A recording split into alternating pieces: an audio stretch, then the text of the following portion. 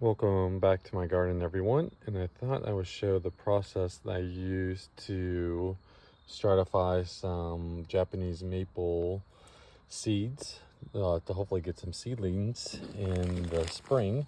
So these are all straight species, Acer palmatum, subspecies palmatum. Luckily I have some trees in my yard so I can collect some. I also have permission from a few other people, relatives that, for whatever reason, they planted some straight species palmatums years ago. So I've been able to luckily collect some from them as well. But here's some leaves, or sorry, some of the seeds. And what I'm going to do is kind of spread them out. I have some in different stages, so some that look a little bit more dry. I think this is probably the preferred, where it has a little bit of pink left on the helicopter, but the seed is starting to turn brown, versus I have some other ones where the seed's still a little bit more green. But I have kind of a mixture in here, so hopefully some of these will produce. So all I'm going to do is pretty easy. You can just go collect them off the tree.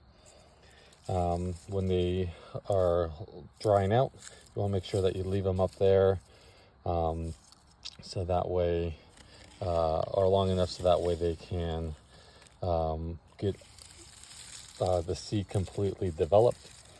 And then what I'm doing is just gonna spread them out. So what I did is I filled this pot with some pine bark. I preferably just use pine bark. I know some people use potting mix, some people use a combination of things. For me, I find especially in the spring when it comes to potting them up, if I just use straight pine bark, it's a medium that the seedlings can grow in and root in easily enough, but then also easy to separate them in the spring and then pot them up into actual pots to let them grow on from there. So any that do germinate, I'll pot up in the late spring. But all I'm doing now is just kind of taking them off the I think these might be petioles, or stamen, or basically the branches, and trying to get them in direct contact. And then once I'm going to make sure they're all kind of spread out, so that way they're like evenly covering all the areas, not too many on top of each other. So luckily with the amount I have, I'm going to be able to fill a couple of these buckets. So I'm just going to make sure I take my time, spread them out. If I do see any, want to make sure that the pine bark is as level as I can. No real big holes or anything in between them. Make sure there's going to be a little bit kind of on top of each other, but like this where they're really bunched up, just kind of spread them out. Like I said, if they're on if they're connected to the stem still, just if you need to, just kind of take it off. It'll kind of it'll rot and fall away in the course of the winter. So for me, luckily here where I live, it's cold enough that I don't need to do any stratification in the fridge.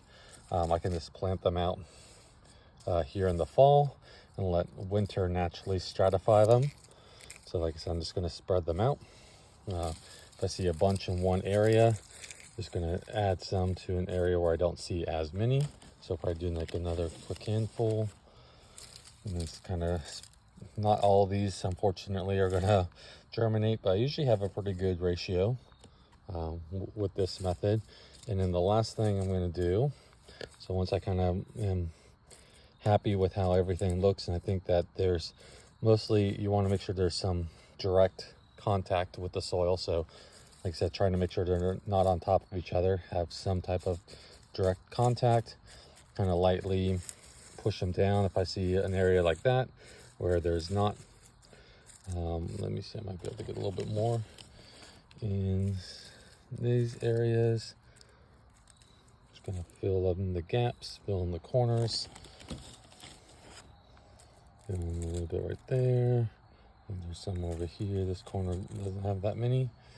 There you go. I'm pretty happy with that. Maybe a little more along this side here.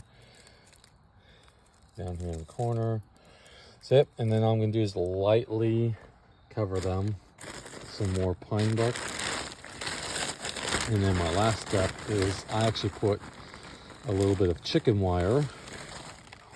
So I'm just going to lightly cover them. Oops, sorry. Just a little bit. And then I'm going to cover them with some chicken wire to make sure the squirrels and other animals don't get into them, because I want them to actually stay and to stratify, so I can get some seedlings here in the spring. So yep, it's a very simple concept. Don't overthink it. I think sometimes I tend to try and overthink things, but this is all you're doing is kind of recreating nature in a pot, so that way you have access to them, or easier access to them in the spring. So like I said, don't overthink it. It's pretty simple. And then like the last step that I do, is I take some chicken wire and I'll just cover my pot, and I'll tuck it in to make sure that the squirrels and other animals don't get into it.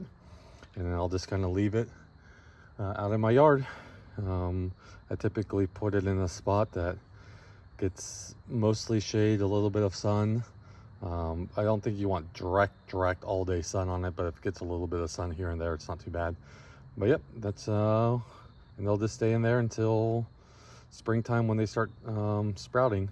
So hopefully this helps if you're kind of interested in growing your own Japanese maple seedlings, whether it's from the straight species or some other ones that you have in your yard. I know some people are collecting Makawa Yasabutsu seedlings and trying to grow those out, or some other ones that they see on their maples.